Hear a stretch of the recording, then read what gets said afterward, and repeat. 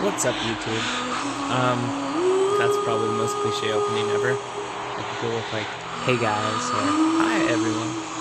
I don't know. I'm just gonna say hey. So, I've recently been playing this game. It's a relatively new game in North America, Europe. It's a couple years old. It's called Genshin. Now, if you're clicking on this video,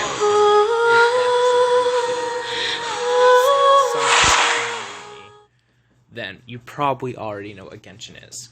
So, I'll explain it just briefly. Genshin is kind of like the most apt comparison is Breath of the Wild. It's an open world game. You can join your friends' worlds. You do domains, you do challenges, you do quests, you find things, you can explore, kill enemies, get chests. It's a really fun game. This video is just kind of explaining the game, explaining the most important aspects of the game, and the pity system, stuff like that, tips and tricks. Probably won't be a long video, just explaining what I know, and for all I know, I could be spewing complete BS, but we're gonna try and tell you everything I know. So, the way Genshin works, some things that you want to do no matter what, once the game gets through its Skyrim loading screen time anyway. One thing that's very, very important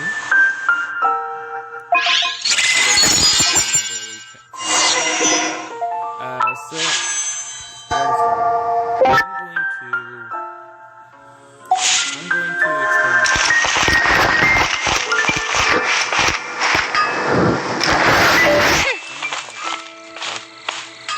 this is the most important. Artifacts aren't as important, weapons aren't as important, even characters aren't as important as two things. Those two things have to just go to the inventory here. Money, which you can see at the top right. And opening my map here, and also at the top right, resin.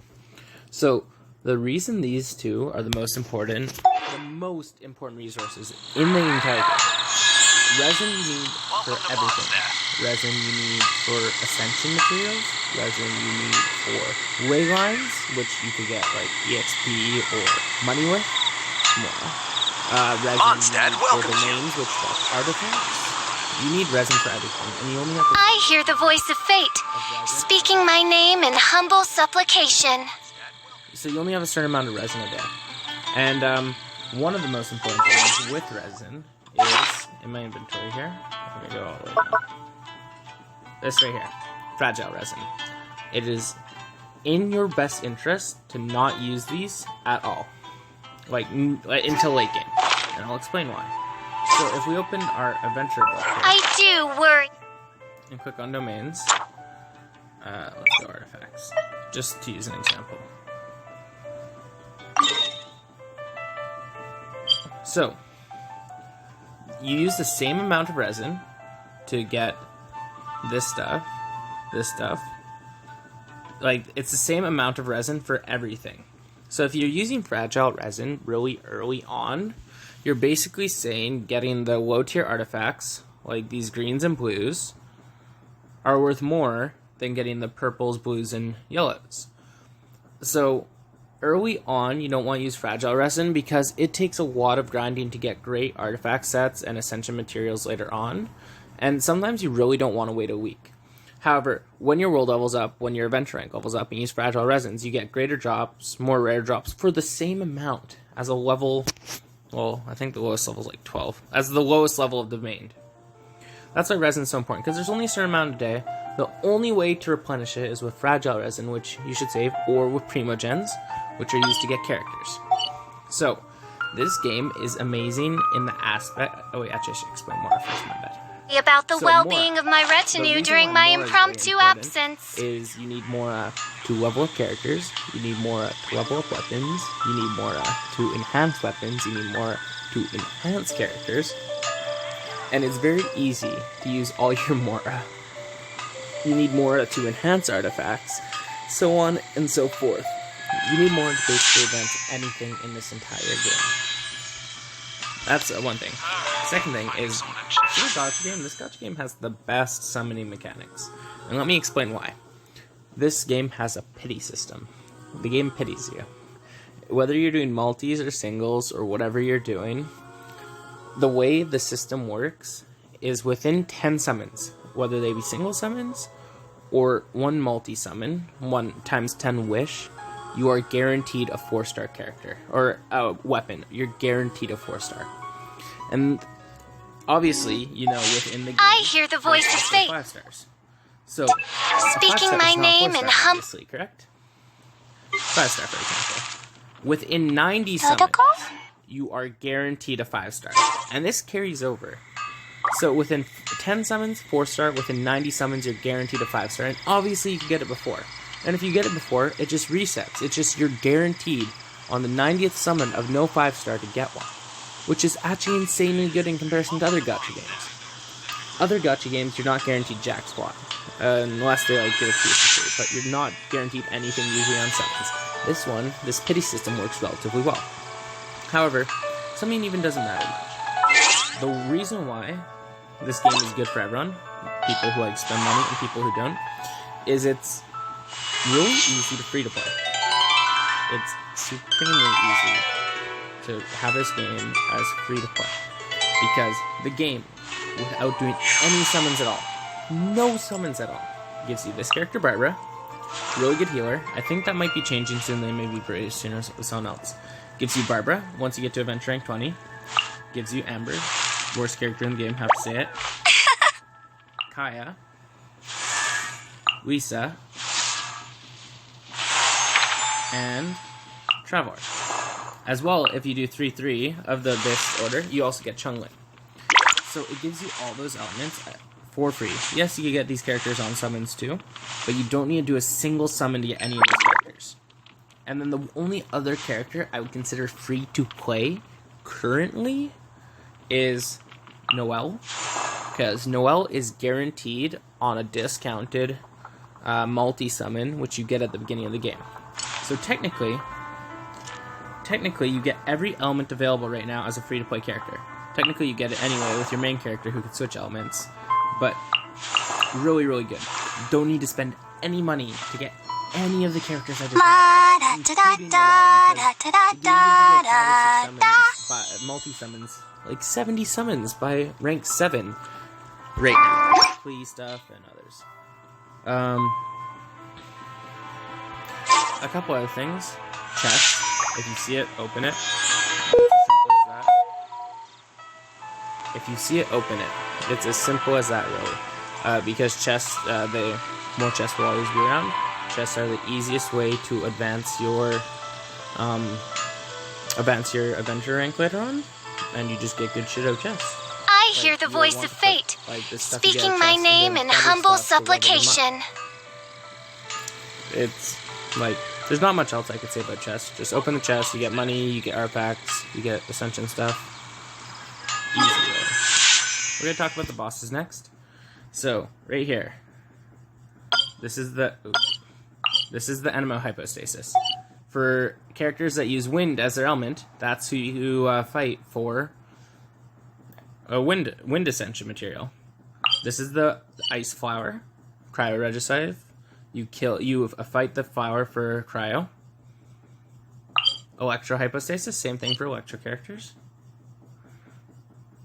The Wolf gives you an assortment of things. It's just like, I'll get back to the Wolf. Oceanid for water ascension material. Oh. Come on. Pyro Regicide, or the Fire Flower. Mario in the house here. For Pyro ascension material. And the Geo Hypostasis for Geo material. You should always try and be regenerating resin when you don't have a lot of other things to do. Then we have two other things. We have the Wolf, Lupus Boreas, Dominator of the Wolves, and Stormterror. These give legendary artifacts, ascension materials. They're just kind of like the big bosses that you fight to get good things. Like, nothing's like guaranteed. Alright, next you see these purple dots around the map. You get 4 of them a day once you get to a certain rank. They're the best way to advance rank and get primogens for summons or other things. So you want to always be doing them. I've been a little sick, so I haven't done a lot today. That's why my resin's full and my commissions aren't done, but it is what it is. Feels bad, man. Another thing to explain on the map, waylines. Waylines are self-explanatory. I'm pretty sure the rewards go up as your level goes up. Blue ones you get experience from, gold ones you get gold from. Not much else to say there.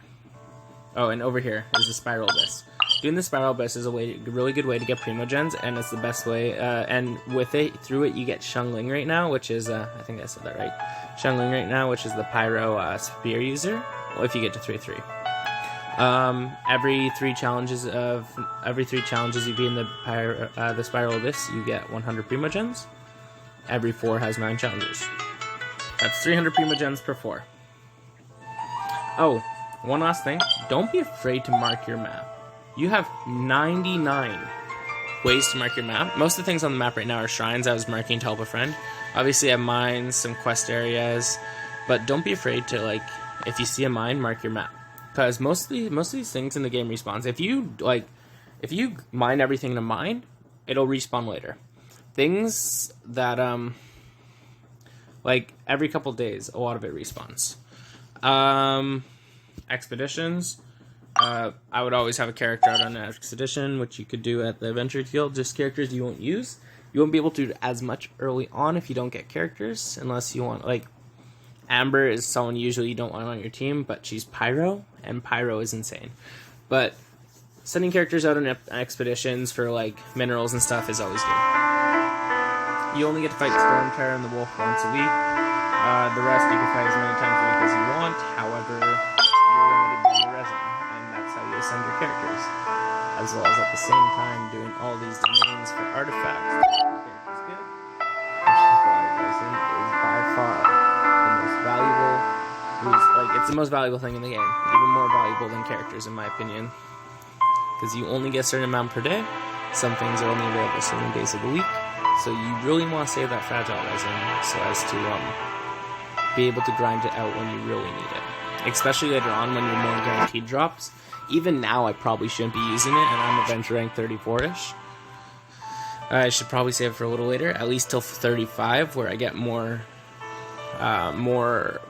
ranks, more dungeons, levels up in dungeons. Oh, one other thing. See a little diamond.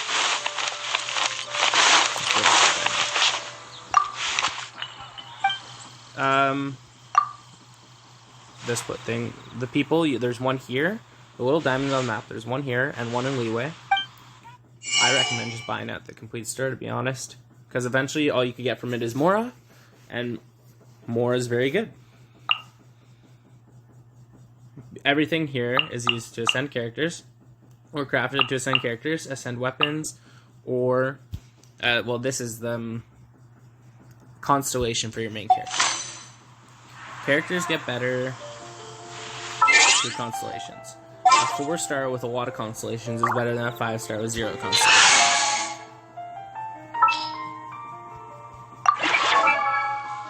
Fischl is probably one of my better characters right now. Full constellation. I do worry about the well-being of my retinue during my impromptu... I also have Chun-Li full constellation. I got very lucky very early on with them, which makes them really good.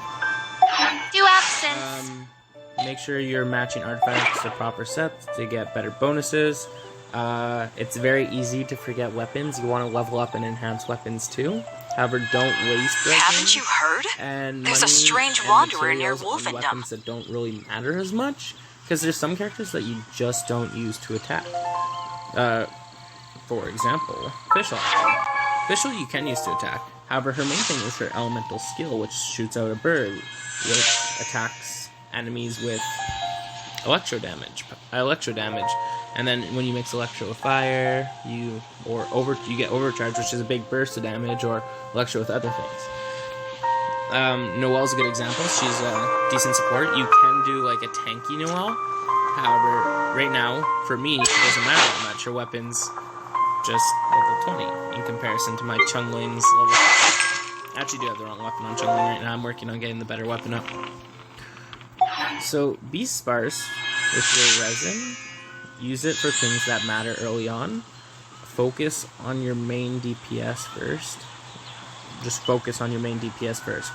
This game can be played with just the one character, and then haven't you heard? There's a strange wanderer near Wolfendom. That's the main things. Those are tips and tricks for Genshin. I hear the voice of fate, speaking my name in humble supplication. Not even ugly. Amber, who is the worst character in the game, beat Spiral Abyss level 8 or higher. So well. So if you really like a character, play that character. Put everything into that character. You're not gonna fail. This game treats you good. Error. Simple as that, really. I hope everyone has a good day. Hope to see anyone else soon. You guys hope to see me. I'm gonna try and start posting more. I'm not very good at this yet, but we're getting there.